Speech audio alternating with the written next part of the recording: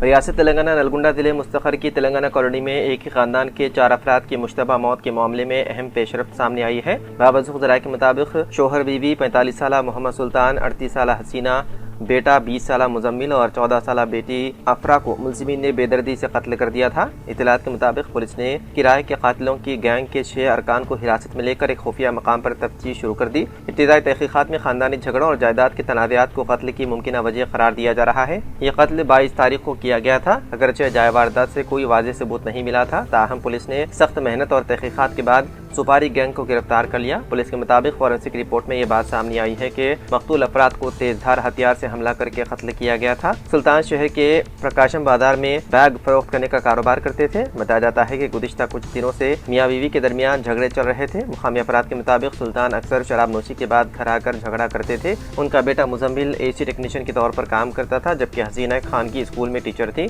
बेटी उसी स्कूल में 7वीं जमात की तालिबा थी। मुकामी लोगों के मुताबिक सुल्तान की पहली बीवी का इंतकाल हो चुका था। बाद में उन्होंने हसीना से दूसरी शादी की थी, जबकि मौजूदा दोनों बच्चे सुल्तान की पहली बीवी के औलाद थे। ज़राए के मुताबिक कत्ल होने वाली हसीना के पहले शोहर की बेटी और दामाद ने मुबैना तौर पर सुपारी गैंग के जरिए कत्ल करवाया। बताया गया है कि हसीना की मादी में 2 शादियां हो चुकी थी। बाद में उन्होंने नलगुंडा के मोहम्मद सुल्तान से तीसरी शादी की थी। सुल्तान की भी इससे कबल 2 शादियां हो चुकी थी। सुल्तान अपनी पहली बीवी के बच्चों मोहम्मद मुजम्मिल और अफरा के साथ नलगुंडा में रह रहे थे। हसीना के नाम पर तकरीबन 1 करोड़ रुपए मालियत की जमीनें और मकानात मौजूद थे। बताया जाता है कि हसीना ने कहा था कि वो अपनी जायदाद अपने तीसरे शोहर सुल्तान के बच्चों के नाम करने वाली है। वो जायदाद अपने पहले शोहर की बेटी को नहीं देंगी। इसी बात पर रंजिश पैदा हुई। ज़राए के मुताबिक हसीना के पहले शोहर की बेटी और उसके दामाद ने मिलकर हैदराबाद के पुराने शहर से ताल्लुक रखने वाले 4 रउडी शीटरों के जरिए ये कत्ल करवाया। पोस्टमार्टम रिपोर्ट के मुताबिक मोहम्मद सुल्तान के जिस्म पर चाकू के 6 जख्म पाए गए, जबकि हसीना के जिस्म पर 7 जख्म, बेटी अफरा के जिस्म पर 9 जख्म और मुजम्मिल के जिस्म पर 16 चाकू के वार के निशानात पाए गए।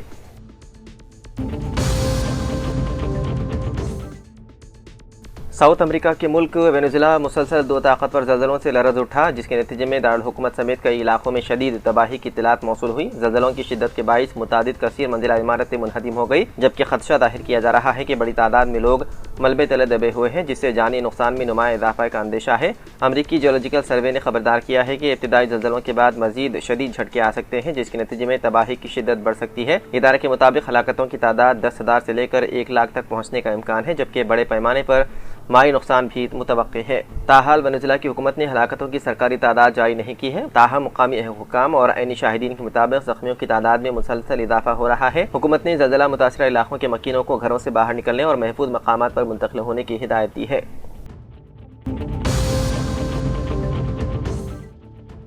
तेलंगाना 10वीं जमात के एडवांस सप्लीमेंट्री इम्तिहानात के नतायज आज दोपहर 3 बजे जारी किए जाएंगे। ये नतायज डायरेक्टर ऑफ स्कूल एजुकेशन के दफ्तर में महकमे तालीमात के डायरेक्टर नवीन निकोलास जारी करेंगे। नतायज जारी होते ही तलबा सरकारी वेबसाइट के जरिए अपने मार्क्स मेमो डाउनलोड कर सकते हैं। ये इम्तिहानात 5 जून से 12 जून तक तेलंगाना भर में सख्त इंतजाम के तहत मुनक्किद किए गए थे। वो तलबा जिन्होंने रेगुलर इम्तिहानात में कामयाबी हासिल नहीं की थी या अपने नंबर्स बेहतर करना चाहते थे, उन्होंने इन इम्तिहानात में हिस्सा लिया था। इम्तिहानात मुकम्मल होने के चंद ही दिनों में महकमे तालीम ने तेजी से जांच का अमल मुकम्मल कर लिया है और आज दोपहर 3 बजे नतायज जारी किए जाएंगे।